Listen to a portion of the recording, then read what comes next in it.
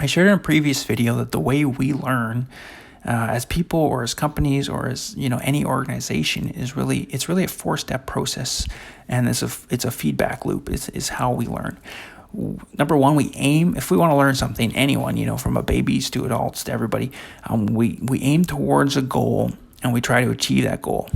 And then number two, we fall short of the goal in some way, and we receive feedback to improve upon the goal. The feedback might even come from our own internal selves. So, a baby tries to stand up and then they fall down, and they realize, they realize they need to keep their balance better, need to support themselves, hold their arms out to balance better, etc.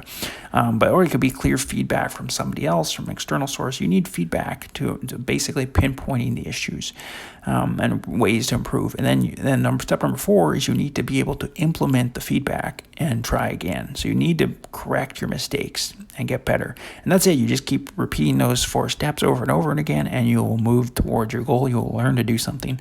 And like I said, babies to adults, this is how we learn. And this is an interesting side note on, what I think is the limiting factor for many people in life, or if they want to learn something new skill. I know this has been a limiting factor for me in different ways.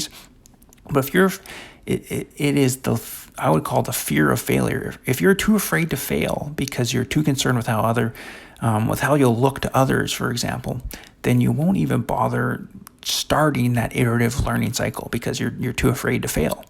And it's also interesting to note that this goes back to your own self-identity as a person, and the reason you fear failing and looking stupid to others is you're not self-assured in your own identity and purpose in life. This is kind of philosophical, but I think it kind of relates because just like a company might be afraid to fail and they don't step out and take chances or risks, they really don't have they don't learn or grow as a company. And I think it's the same sort of way we as people, if we're too afraid what others think, we're too afraid of failure. If we do fail, then we're not going to be able to even step out and try something new and learn.